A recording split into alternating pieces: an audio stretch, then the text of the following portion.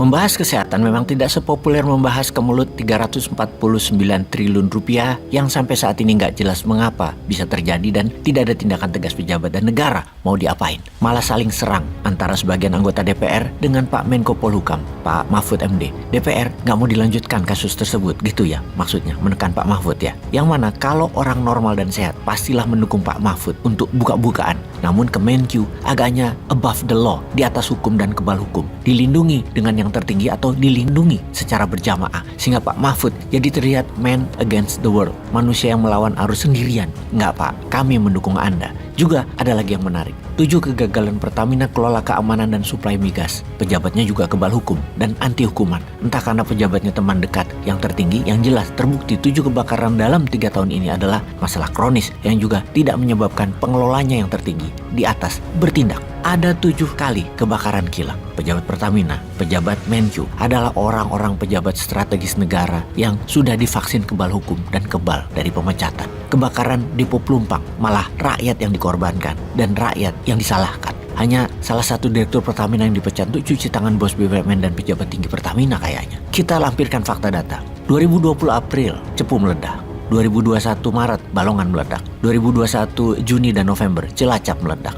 2022 Maret dan Mei, Balikpapan meledak. 2023 Pelumpang meledak. Sebentar, Maret akhir ada 2 kebakaran, yang satu di kapal BBM Pertamina dan kemarin kilang minyak Dumai Riau. 9 ya jadinya. Tapi sudahlah, kita bahas yang nyata lainnya, yang tidak sehat, yang tidak benar agar jadi terbuka dan jadi lebih baik kalau pejabat tertinggi peduli dan masyarakatnya peduli. Kita ke masalah kesehatan, di mana kita ingin perbaikan kinerja kesehatan masyarakat melalui RSUD ke depannya. Mengapa? Data kesehatan masyarakat Indonesia di mana 99% atau sebagian besar rakyat Indonesia yang 280 jutaan tersebut memperoleh pelayanan kesehatan dari RSUD, puskesmas, dan rumah sakit pemerintah. Yang menjadi permasalahan adalah RSUD ternyata sulit berkembang karena hambatan politik, baik politik pusat maupun politik daerah. Maksudnya bagaimana? RSUD yang notabene statusnya adalah BLUD atau Badan Layanan Umum Daerah dianggap sebagai sapi perahan penghasilan bagi tiap daerah. Tidak ada otonomi dalam RSUD untuk mengembangkan pelayanan kesehatan dan penambahan fasilitas karena diikat oleh perda masing-masing daerah.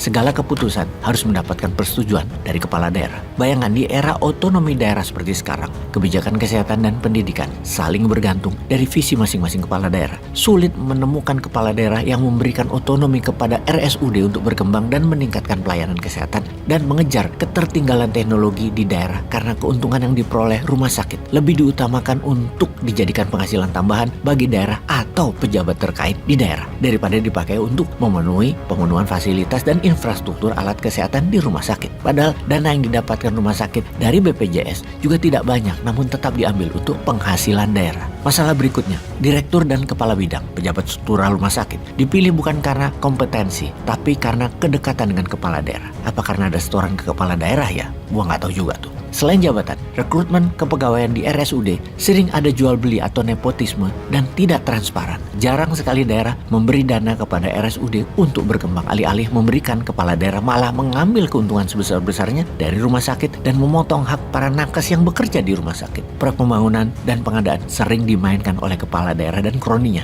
sehingga mangkrak. Yang parah, tekanan dari kepala daerah membuat jasa pelayanan kepada dokter spesialis, dokter umum, dan nakes lainnya menjadi tidak berkeadilan, sehingga melemahkan retensi dokter di daerah. Jika kesejahteraan para nakes di daerah sulit didapat, mustahil untuk mendistribusikan para nakes ke penjuru wilayah Indonesia. Dampak dari para dokter atau nakes yang tidak mendapatkan penghasilan cukup di rumah sakit daerah atau di RSUD, mereka mencari tambahan penghasilan di rumah sakit swasta dan tidak fokus mengembangkan layanan kesehatan di RSUD masing-masing. RSUD punya masalah manajemen keterbukaan, tidak ada transparansi dan kelolaan keuangan di rumah sakit umum daerah tersebut, berbeda dengan rumah sakit swasta. Dokter di RSUD tidak tahu berapa jasa medis, jumlah pasien, dan jumlah tindakan yang dikerjakan beserta tarifnya karena tidak transparannya data yang diberikan oleh RSUD tersebut. Anda pasti terkejut ketika saya ke Kudus, di mana kita bisa membaca data bahwa penghasilan asli daerah PAD tertinggi dari rumah sakit. Kedua, baru dari pasar. Juga di banyak daerah Indonesia lainnya, RSUD adalah penghasil PAD tertinggi tertinggi di wilayahnya, alias uang dari orang sakit. Lalu apa solusinya? Newman itu mengkritik, tapi selalu ada solusi. Nomor satu adalah perlunya adanya peraturan yang mengikat kepala daerah agar tidak menjadikan rumah sakit daerah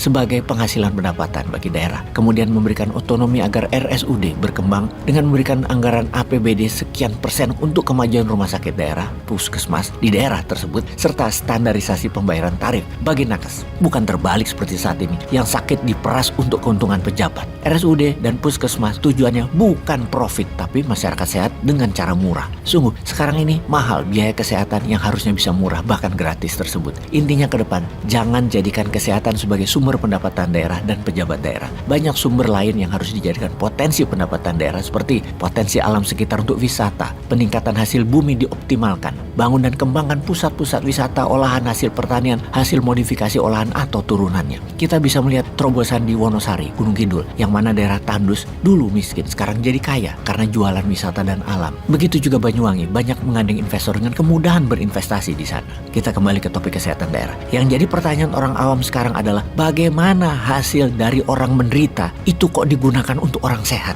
Situ sehat, wahai pejabat.